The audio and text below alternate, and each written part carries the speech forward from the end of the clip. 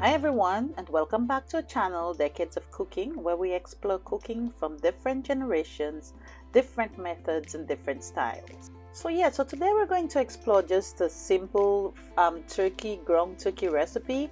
The only little twist to it is that it was frozen in the freezer, so we're going to use it and create a nice turkey ragu with frozen turkey that we can pair nicely with some spaghetti.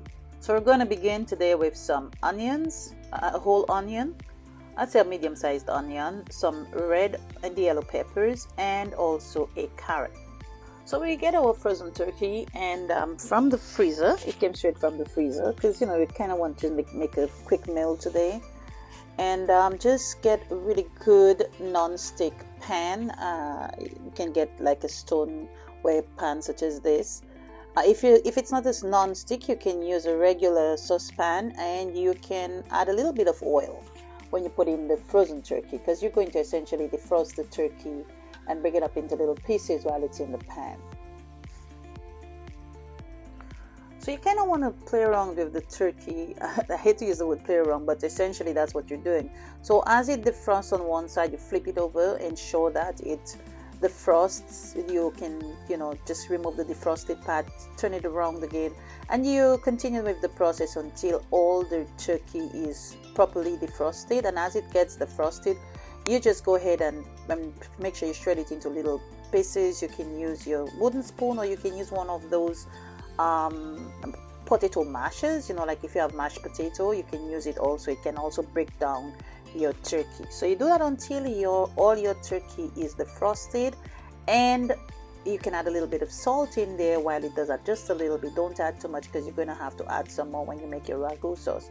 So just go ahead and break it down into little pieces until all your turkey is nicely defrosted, and you can put it on a side in a nice glass bowl.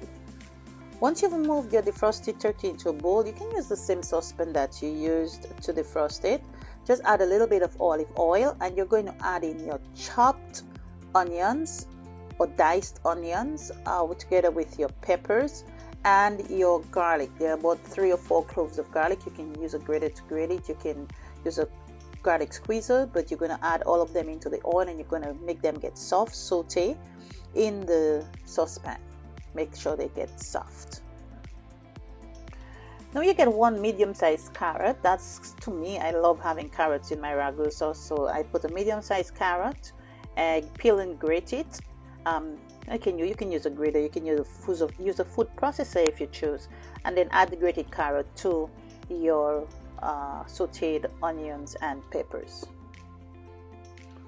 Once you return your turkey back to the pan with your vegetables, you can always add, make it your own. And one of the things that I added this time, it's some jerk seasoning. I kind of wanted it a little bit spicy flavored, so I added some jerk seasoning to it. It's really up to you. You don't have to, but it's just something I felt like I wanted to add for a little bit of the heat and even the flavor to a certain extent. Not too much so it overpowers it, just a little bit to give it some added dimensions of flavor. Now I can add some tomato paste and some of the ragu sauce that you buy in the store. It's up to you. If you want to just use tomatoes in the can, you can do that too, or tomato sauce. I just wanted ragu sauce with some garlic flavor again because I love garlic. So you can go ahead and add it and just mix it around with all with your meat and the vegetables that are in there.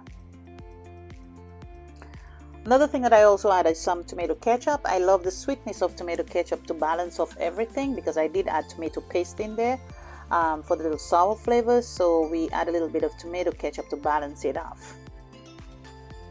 Something that I also add in there is just a little bit of sugar, and that's pretty much the last of the ingredient. And you taste for salt, and adjust however you want to make it up to your liking.